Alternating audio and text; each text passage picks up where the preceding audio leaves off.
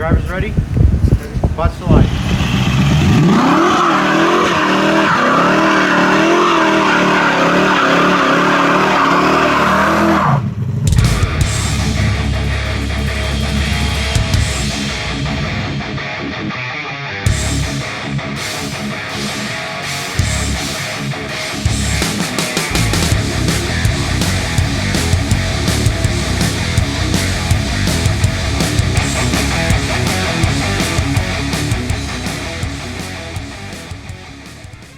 So as you gain confidence in your driving and increase your vehicle's speed, you're going to eventually want to have every bit of advantage over your competition.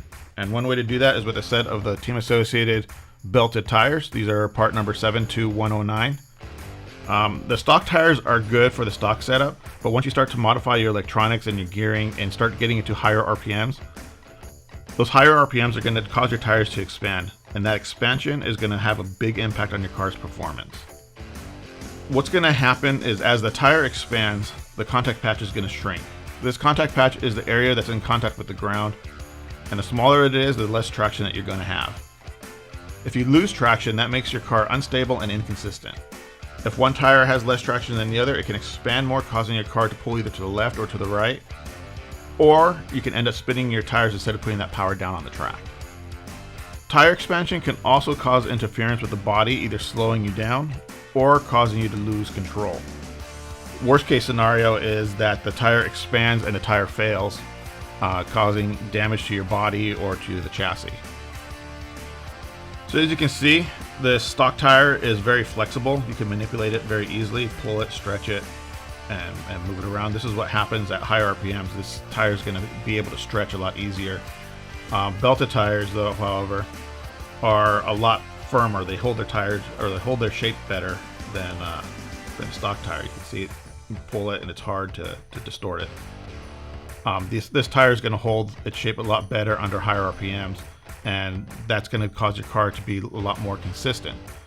And that's because of the fiber reinforcement inside the tire that's bolted into the tire when it's made.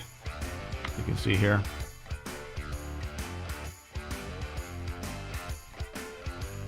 The tire's ability to maintain its shape is what's going to allow you to have a more consistent car and therefore be faster out on the track. So while we're on the subject of tires, eventually at some point maybe you might want to get involved in some sand drags. We do offer a paddle tire that fits right onto the DR10, but because of this larger diameter tire, you're going to need to make some adjustments, either with the ride height or with the body trimming or adjusting the body height. Just because these paddles will end up interfering with stuff. You might have to also adjust your gearing depending on where you're running. If you're running on loose dirt, or sand, or hard packed sand, or whatever, you're going to want to make some adjustments for that.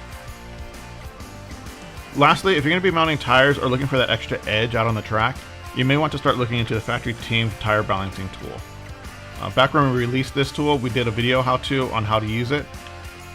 So rather than going through the whole process all over again, we're going to go ahead and insert that video here. So have a look. Hi, I'm TJ Eller, design engineer here at Team Associated, and I'm here today to talk to you about our new factory team tire balancer.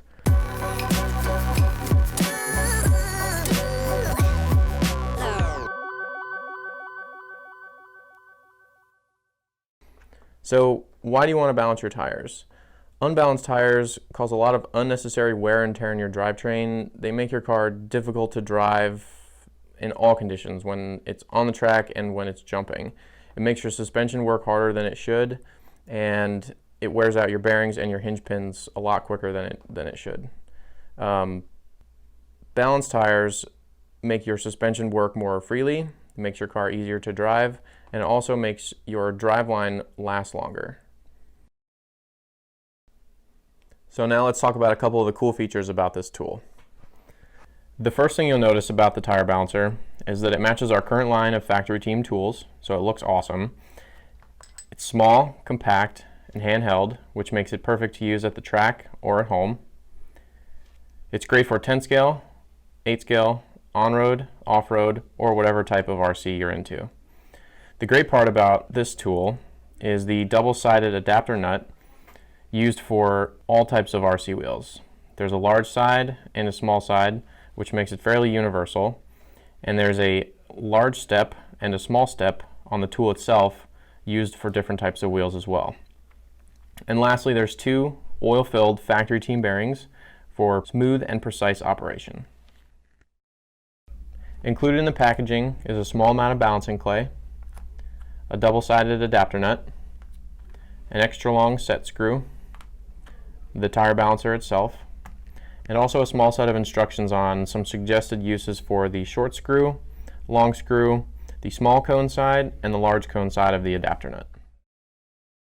So now I'm going to show you how to use the tool to balance your tires.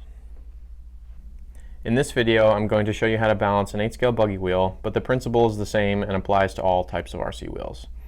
What I like to do is mount the inside of the tire away from the outside of the tool. So I'll take the tool and I'll put the tire on top, and I'm going to use the large nut side for use on 8-scale tires, and I'm going to tighten the adapter so it's snug with the tool, and I'm going to give the tire a good spin. And right away you can notice that the tire is vibrating quite a bit, and there's a lot of vibration going through the tire as well as the tool handle. And you can feel it when you rotate the tire quickly. The quicker the tire goes, the more exaggerated the vibration is. And you can imagine what this does to your suspension on your vehicle when going through the track. So what we're looking for is the tire to fall to the heaviest point. We're going to slow it down just a little bit. Gravity will take the tire to the heaviest point, and it's at this point that we're going to place some balancing clay on the opposite side, which is going to balance out our tire. So we're just going to let this fall and rock back and forth. And you don't have to let it stop. Eventually you'll kind of know where the heavy spot is. You can follow it. And once we know where our heavy spot is, we're going to put some balancing clay on the opposite side. So we'll go ahead and put some clay on the inside. And on the inside, on the top, this is where you're going to want to put it. It should stick to the inside of the tire, no problem. Just press it up against there. And go ahead and give your tire a good spin again. And keep repeating this process until you found that the tire doesn't rock back and forth. It just continuously spins freely. So after some trial and error, I've ended up with my balanced wheel. I've added some clay on the inside of the wheel here. It doesn't take that much, but it's just enough to make the tire balanced. You can go ahead and give your tire a good spin, and you can feel right away that there's a lot less vibration going through the tire, and you can feel it in the handle too. And visibly you can see that the tire is shaking less. And a good way to check to see how balanced it is you can slow it down, and you want to look for a continuous motion. You don't want the tire to rock back and forth.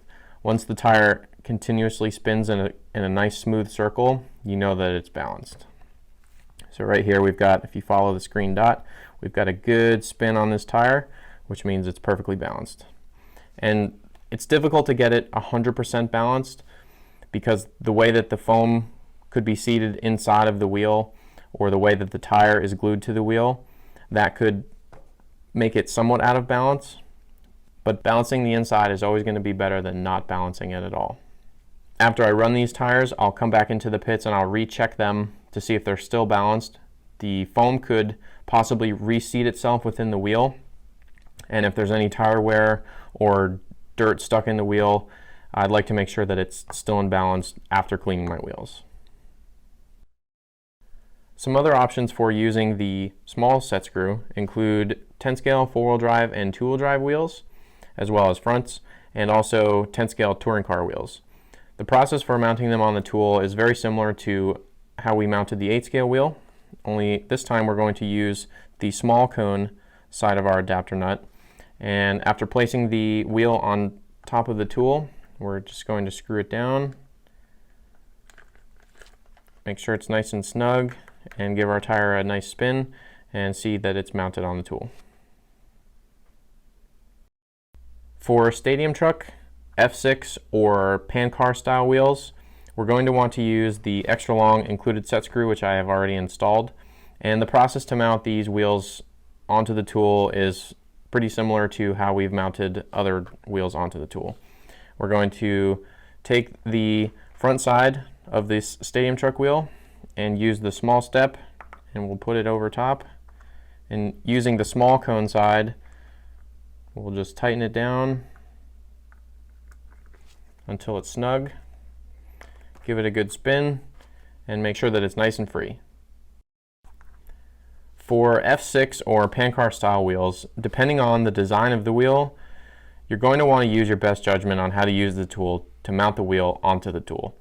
For this particular wheel, I'm going to take the inside of the wheel and mount it to the front face of the tool, and I'm going to use the small cone side to tighten it down.